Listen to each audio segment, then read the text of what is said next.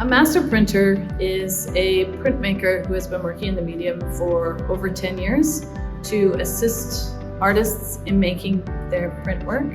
So it's also in a collaborative print studio that I work in. And the collaborative aspect means that I'm working with an artist together on the imagery that they're making so that they can focus on what the image looks like and I can focus on the technical aspects. Once the artist is happy that they've resolved the image, then it's the editioning aspect, so printing and edition, falls upon my shoulders to ensure that the image is recreated in an edition of 20 so that they all look the same. I understand the equipment.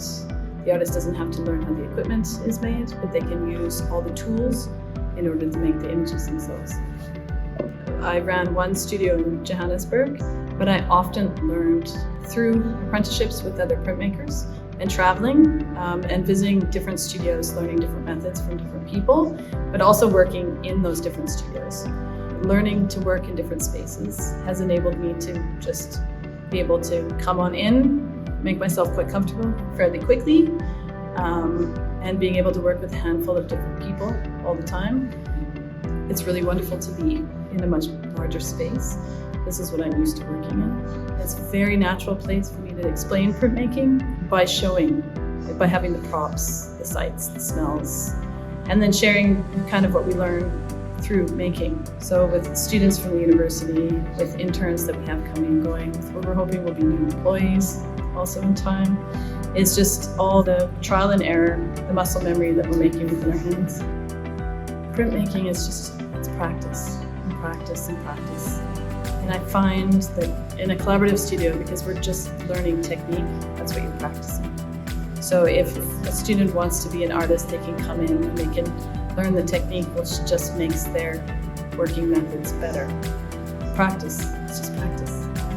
So a bunch of how you tear paper is important. And the more you tear paper, the more comfortable you are with it, the more you might explore with it. For us, having the students come and be part of our team is a wonderful experience. Also, I have to say, like, a lot of people give us brilliant ideas, some things that we haven't thought about either. And there aren't schools to learn this, so it's by apprenticeship.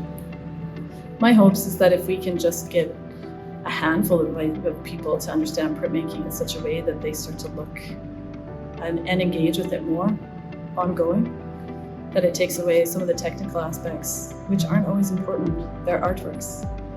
And I think it's in seeing how people make them. It's just, there's an appreciation for time, craft. The energy for editioning the work that we're doing in here is very different to making. And when the making happens, it comes in spurts, but you start to see all the different pieces hot off the press. We don't know what they're gonna look like until we print them through the first time.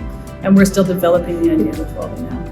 This is kind of how the collaborative environment works, is we kind of each just come with an idea and then we just add onto it and we draw from what's created in the moment. That's why it's hard to plan for. It's hard to know what's going to come as the result.